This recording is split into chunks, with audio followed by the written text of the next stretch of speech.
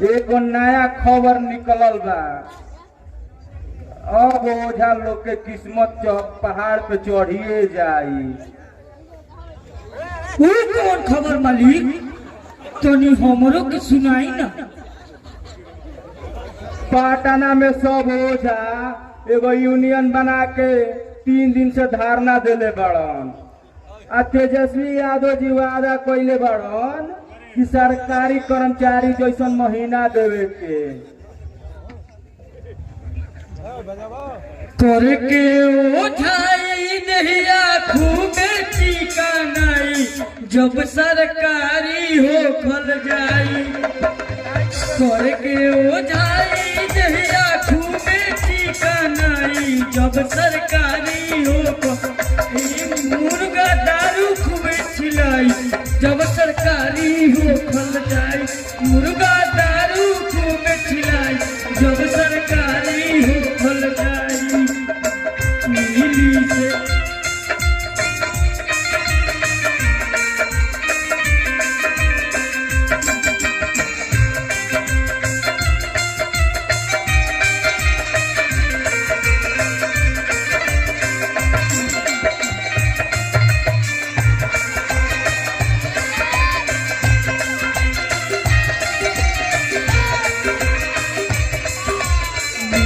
सरकारी नोट कड़ा कर गिनाई, जब सरकारी हो खल जाई।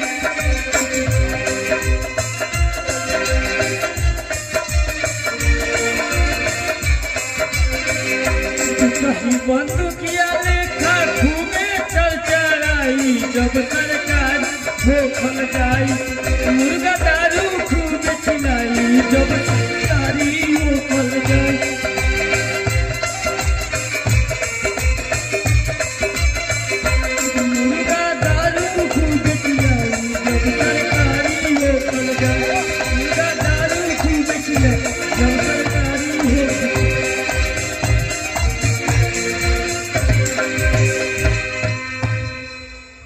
अच्छा, बड़ी दिन तकलीफ कैनी जा। अब बिजली के अंजोरा सूत के बर्फी काट काट के खाइल जाई।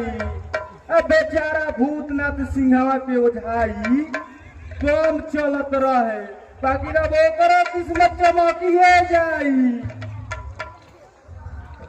मालिक डिप्टी को घंटा करो और वो 3 डिप्टी की रात में। राते रेडियो में बीबीसी बोलत रहे ड्यूटी 8 घंटा करे के बाद, और वो 5 बजे सांझ से 1 बजे रात तक।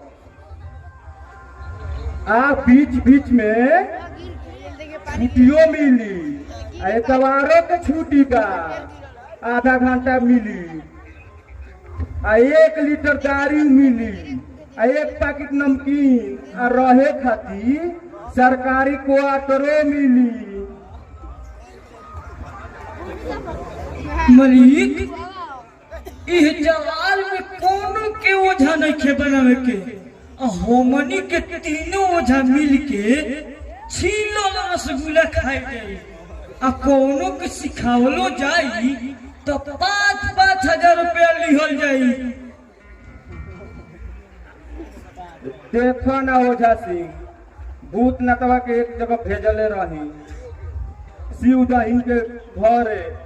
उनकर पहिल की मौगी के बड़का लड़का हमारा घर से बहरी जात बा, उहो अभी तक ले ना आइले।